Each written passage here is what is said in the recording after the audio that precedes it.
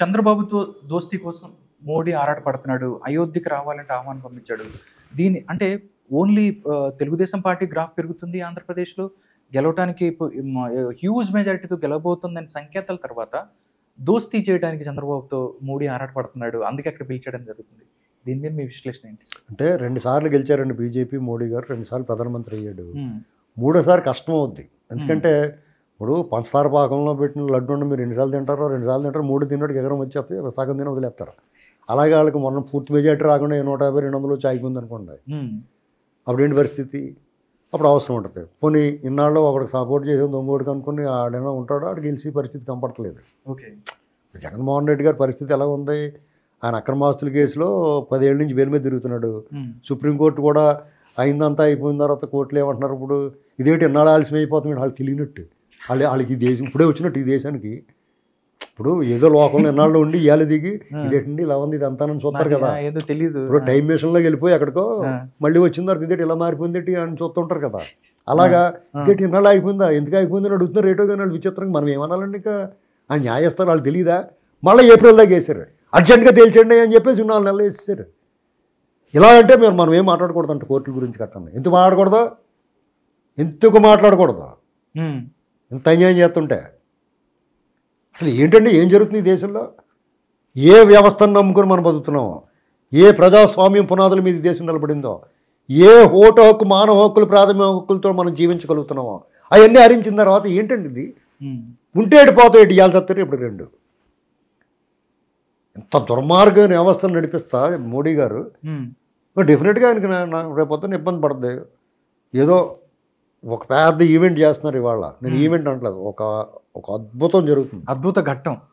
ఆ అద్భుత ఘట్టాన్ని వాళ్ళు ఓన్ చేసుకుంటారు, డెఫినెట్గా చేసుకుంటారు, వాళ్ళ అధికారులు ఉన్నారు కాబట్టి. దాన్ని కూడా తప్పట్టు నేను. ఓకే, కానీ ఏదైనా అతి వెగట వస్తుంది, దాని ఫలితం అనిపిస్తారు వాళ్ళు. ఓకే, ఇప్పుడు దేవుడు నిజంగా మన రాముడు దేవుడిగా కొలుస్తున్నాము. అతను ధర్మరాజు, అతను పరిపాలనలో ధర్మం విలసిల్లింది, 4 పాదాల మీద నడిచింది. రామరాజ్యాన్ని ఇవాటికి కూడా యుగాల తరబడి మనం తలుచుకుంటున్నాం. అంటే రాముడు ఉత్తముడు కాబట్టి, అతను సత్యవాక్ పరిపాలకుడు కాబట్టి, తండ్రి మాట జవదాటినవాడు కాబట్టి, ప్రజాక్షేమం సంక్షేమం చూసినవాడు కాబట్టి, అతని వాళ్ళకి యుగాల తర్వాత కూడా ఆయన తలుచుకుంటున్నాం, ఆయన ఆరాధిస్తున్నాం, ప్రేమిస్తున్నాం, పూజిస్తున్నాం. అటువంటి వ్యక్తిని నువ్వు వాడుకునే వాళ్ళు ఎవరన్నా ఉన్నారనుకో, జనం అది గమనించిన వాళ్ళు ఇబ్బంది పడతారు.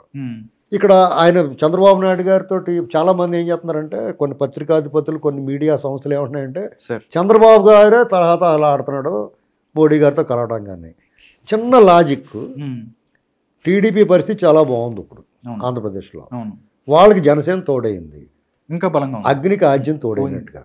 ఇక్కడ వాళ్ళిద్దరూ టీడీపీ సింగిల్గానే ఆంధ్రప్రదేశ్లో జగన్మోహన్ రెడ్డి గారి పరిపాలన చంద్రబాబు నాయుడు గారి పరిపాలన పోల్చి చూసుకుంటున్నారు.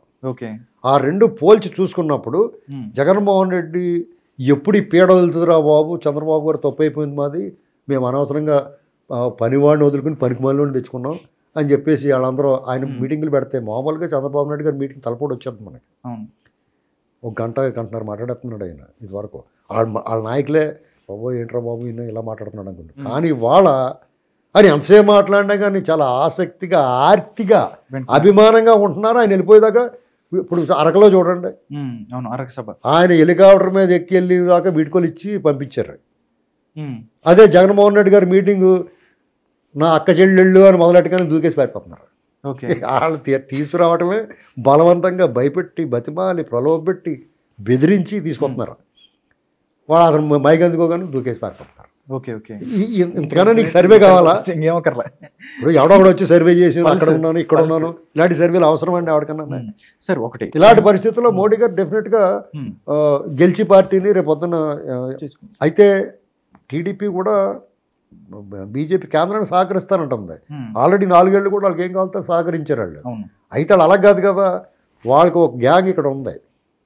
ఇది చెప్పాలి మీకు నేను. చెప్పండి సార్. ఒక ఆలయంలోనూ ఒక పాడుబడిన భవంతులోనూ, ఇప్పుడు బీజేపీ కానీ కాంగ్రెస్ కానీ డెఫినెట్గా పాడుబడిన భవంతులాంటి ఆంధ్రప్రదేశ్లో.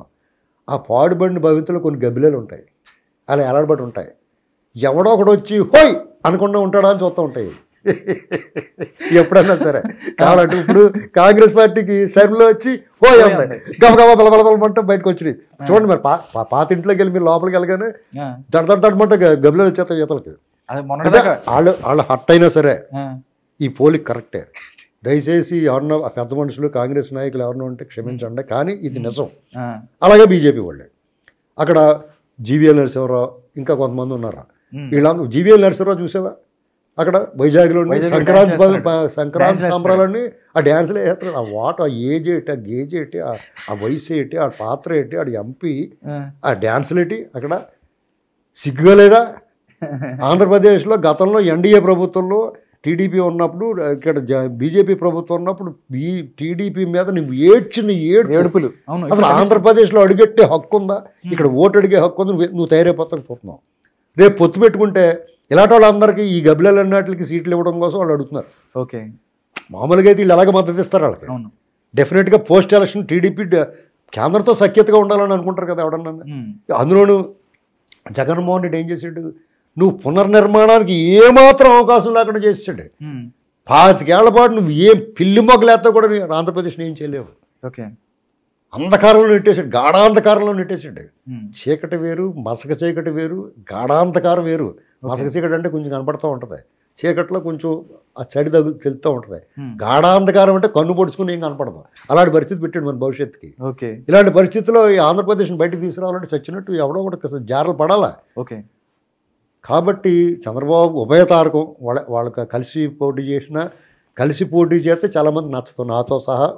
పార్టీ వాళ్ళకి ఎలా నచ్చిపోయిన మాలాంటి వాళ్ళకి, సగటు పౌరుడికి, ఆంధ్రప్రదేశ్ పౌరుడికి, ఒక తెలుగువాడికి వాళ్ళ మీద పీకల దాకా కోపం ఉంది. వాళ్ళతో కలవటం ఏంటి, సిగ్గు లేకుండా ఎంత అన్యాయం చేసినట్టు కానీ అనిపిస్తుంది మనకు స్టార్టింగ్లో. కానీ 2 రకాలు, ఒకటి వ్యవస్థల వాళ్ళ చేతిలో ఉన్నాయి. అసలు గెలవాలి. ఇప్పుడు చంద్రబాబు నాయుడు గారు హెలికాప్టర్ దారి తెప్పించి చూసారా?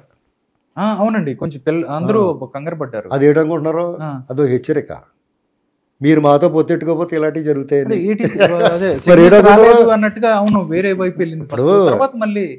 దాన్ని కొట్టిపాడలేము. వాళ్ళు అలాంటి హెచ్చరికలు పంపిస్తారు వాళ్ళు. హింట్ అంతే కదా. ఇప్పుడు తెలుగుదేశం వాళ్ళు కూడా ఆలోచించుకోవాల్సింది ఏంటంటే, మిమ్మల్ని మీరు కాపాడుకోవాలి. ఫస్ట్ మీరందరూ ఒక చట్టంలోకి వెళ్ళిపోయారు. When rape is inevitable you enjoy it. Okay, నీకు అత్యాచారం తప్పనప్పుడు దాన్ని ఆనందించండి అంతే. ఓకే, ఇక వెళ్తా తప్పదు అనుకున్నప్పుడు, లేదంటే మీ ఉనికిని మీరు కాపాడుకోవాలి, మీ పార్టీ ఉండాలి, మీ నాయకుడు ఉండాలి. అది 53 రోజుల పాటు జైల్లో ఉన్నటువంటి నాన్ సెన్స్. అది ఏం తప్పు చేసేటని పెడతారు. ఈ వ్యవస్థలు సిగ్గుతో తలవంచుకోవాలా.